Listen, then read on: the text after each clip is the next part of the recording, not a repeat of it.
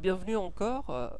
Dans la vidéo précédente, nous avons commencé à voir un peu une introduction à l'industrie et au monde de production dans les jeux vidéo et les applications multimédia à travers Unity. Dans cette vidéo numéro 2, nous allons commencer à voir un peu l'interface de ce logiciel-là et se rappeler un peu les différentes fenêtres qui sont présentes et les différentes fonctionnalités qui peuvent être faites avec. Alors, là, vous voyez un peu les différents éléments qui sont présents. Donc, il y a la fenêtre Project, Scenes, Game, Hierarchy, Inspector et Console. Alors, si on va passer sous Unity, voici la fenêtre Scene. Et la fenêtre Scène, comme c'est montré, cette fenêtre-là, elle permet en fait de voir un peu les contenus de notre scène. Cette scène, qui est montrée, elle contient différents éléments. Alors je pourrais docker ma scène par ici. Elle contient différents éléments. Ces différents éléments ils sont montrés dans la fenêtre Hierarchy. C'est cette fenêtre là que je suis en train de déplacer.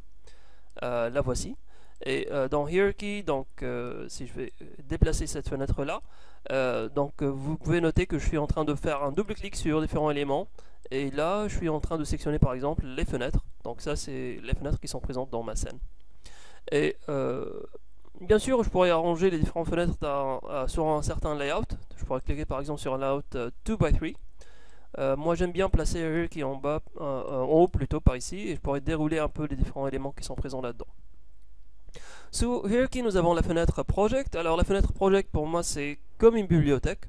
Elle contient un peu les différentes ressources qui pourraient ne pas être présentes dans notre scène. Et de ces différentes ressources, il y a différents dossiers qui sont un peu des dossiers clés, comme par exemple le dossier par exemple Lighting, Materials. Donc dans notre cas, on a le dossier Post-Processing, c'est pas un dossier classique qu'on pourrait retrouver dans tous les projets, mais je suis certain que vous allez tomber sur un dossier qui s'appelle Prefabs, pas mal de fois. Et dans Prefabs, vous avez un peu les différentes ressources que vous pouvez visualiser par ici. Alors là, c'est par exemple une cabinet sync. Et vous pouvez noter déjà que je suis en train de cliquer sur différents éléments et que je suis en train de les consulter sur cette fenêtre là qui s'appelle, comme vous pouvez le voir, Inspector. Alors le Inspector, c'est la fenêtre qui montre un peu les paramètres de tous les objets dans notre scène, qu'on appelle Game Objects. Ces objets dans notre scène, ils sont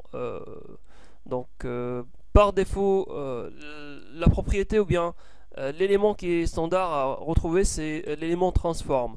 Transform, on pourrait appeler ça comme étant un component, ou bien un composant en français. Et le component transform avec un T majuscule, et il contient des sous-sections, des sous-attributs comme position, rotation et scale. Donc là, c'est les différents paramètres. Je pourrais retrouver aussi des paramètres dans la fenêtre Inspector pour les objets qui sont dans ma scène, mais aussi bien des paramètres pour les objets qui sont à l'extérieur de ma scène, comme par exemple cette texture-là, qui est montrée sur cette fenêtre-là. Et c'est une texture de environnement. Et là, c'est un autre type d'objet. C'est un skybox en fait. C'est un cube qui permet de montrer un peu le ciel. Et vous pouvez noter qu'il y a différents autres paramètres qui apparaissent par ici. La dernière fenêtre que j'ai pas montrée, c'est la fenêtre Game. Et la fenêtre Game, comme son nom l'indique, c'est la fenêtre qui va contenir vraiment les contenus de notre jeu. Alors vous pouvez voir par exemple ces différentes petites icônes là qui sont indicatives de la présence par exemple de la caméra. On les retrouve pas dans le game, mais en gros le game c'est exactement ce que voit la caméra. Donc là vous avez cette petite fenêtre qui apparaît lorsque je clique sur la caméra, et c'est exactement ce qui est dans cette petite fenêtre là qui est montré par ici. Et lorsque je tape sur play, on pourrait voir si j'ai placé quelque chose d'interactif dans ma scène. Normalement, ce petit bouton là, il devrait se colorier en bleu. Alors, je pense que j'ai quelques éléments sur de voir. Bon. Pour l'instant, sur cette scène là, j'ai pas placé d'interactivité, mais c'est exactement ça ce qui sera visualisé après dans l'appareil du téléphone, ou bien sur la console, ou bien sur PC, qui sera le résultat du projet généré par Unity. Il y a possibilité en fait de faire des filtrages, que ce soit sur Hierarchy par exemple, je pourrais chercher les lights. Et là, il est en train de normalement de me filtrer un peu tous les noms qui contiennent par exemple le terme light. Voilà. Je pourrais supprimer ça.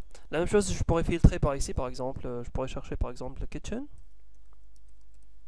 Et là, il me montre un peu les différents éléments qui sont présents dans ma bibliothèque, dans Project, et qui contiennent dans leur nom Kitchen. Quoi d'autre? Je pourrais filtrer de plusieurs différentes façons en fait l'aperçu. Donc là, j'ai les choses en mode wireframe avec des fils de phare qui sont affichés pour simplifier un peu et augmenter la visibilité. Le shaded wireframe, ça c'est et différentes autres configurations qui pourraient être utiles dans l'une ou l'autre des configurations et que vous pouvez tester selon votre besoin. Il y a aussi la possibilité de passer en mode de projection 2D comme en 3D. Et dans ce cas-là, si on est en 3D, on pourrait utiliser Alt et le bouton gauche de la souris pour faire un tour sur l'objet sectionné. Je pourrais sectionner le bouton droit de la souris pour dérouler un peu la caméra. Je pourrais cliquer sur le bouton central de la souris pour faire un déplacement de toute la scène, donc de la fenêtre de visualisation sur toute la scène. Et la combinaison de ces touches là avec un Alt, bouton droit et le bouton central, ça permet vraiment de faire le tour de tous les éléments. Alors là vous voyez que je suis en train de sélectionner différents éléments dans ma scène. Et voilà, donc là je pourrais choisir un peu les choses que je pourrais voir, la taille des fenêtres, plusieurs paramètres qui pourraient être configurés pour améliorer la visibilité des éléments dans ma scène. Là c'est un peu la taille qui pourrait être montrée après sur le téléphone par exemple. Donc là je suis en train par exemple de choisir un mode téléphone. Voilà, donc c'est par exemple une taille de 800 par 1200 pixels. Et là je pourrais augmenter le scaling ou bien le diminuer sur le résultat. Je pourrais par exemple taper sur Maximize on Play pour maximiser un peu la fenêtre lorsque je suis en train de faire le play, lorsque je suis en train de lancer le jeu par exemple. Vous allez voir dans un instant que voilà, donc la fenêtre elle se maximise maintenant lorsque je suis en train de lancer le projet. Voilà. En gros, c'est un peu ça l'ensemble des fenêtres, des choses qui sont présentes dans l'interface. Bien sûr, il y a le menu File pour créer une nouvelle scène. Alors, New Scene, c'est un peu un sous-espace dans mon jeu. Et mon jeu, si je veux créer un nouveau jeu, ça sera un New Project. Je pourrais ouvrir un projet existant ou bien enregistrer un projet. Les build settings, ça permet par exemple de choisir où est-ce que je voudrais produire mon exécutable. Donc là, je suis sur un exécutable pour Windows, par exemple, Mac ou bien Linux. Je pourrais changer un peu la plateforme. Bien sûr, pour chaque plateforme, je devrais installer disons, les outils de développement, les API, les SDK, etc. qui sont relatifs. Là, Edit, ça permet de faire le classique copy-paste. Là, il y a les préférences. Ça permet par exemple par ici de choisir un peu l'éditeur pour écrire le code, Visual Studio, Monodevelop, etc. On pourrait revenir sur ces différents éléments au fur et à mesure. Asset, ça permet de créer un nouveau composant dans ma scène, ou bien d'importer. Par exemple, je pourrais créer un Game Object. Donc, dans le menu Game Object, je pourrais créer par exemple un cube. Et là, c'est un cube qui vient se rajouter dans ma scène que je pourrais déplacer par exemple à travers différentes fenêtres, différentes flèches là. Je pourrais le retourner par exemple à travers un certain degré et je pourrais le mettre en échelle. Hop.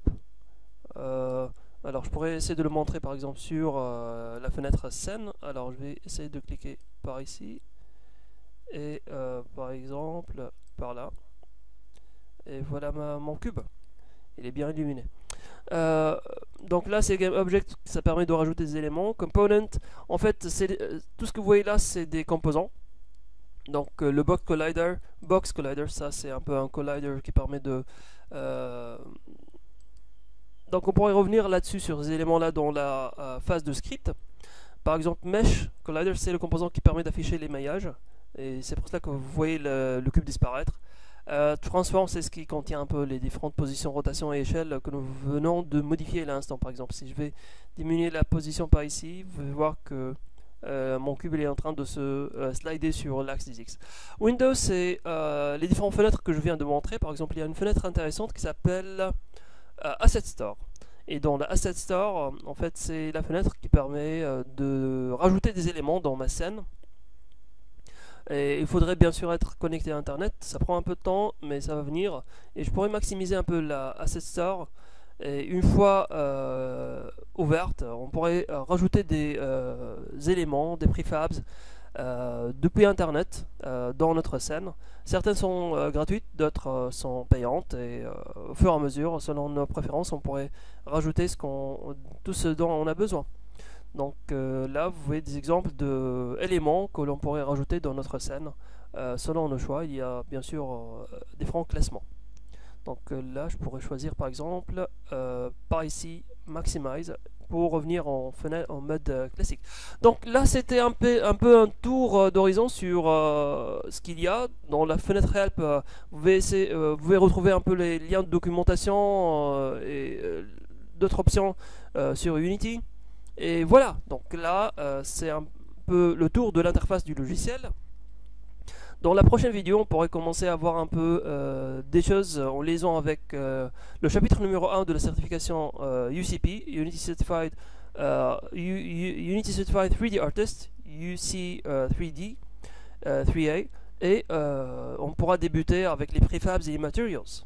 Ok, merci.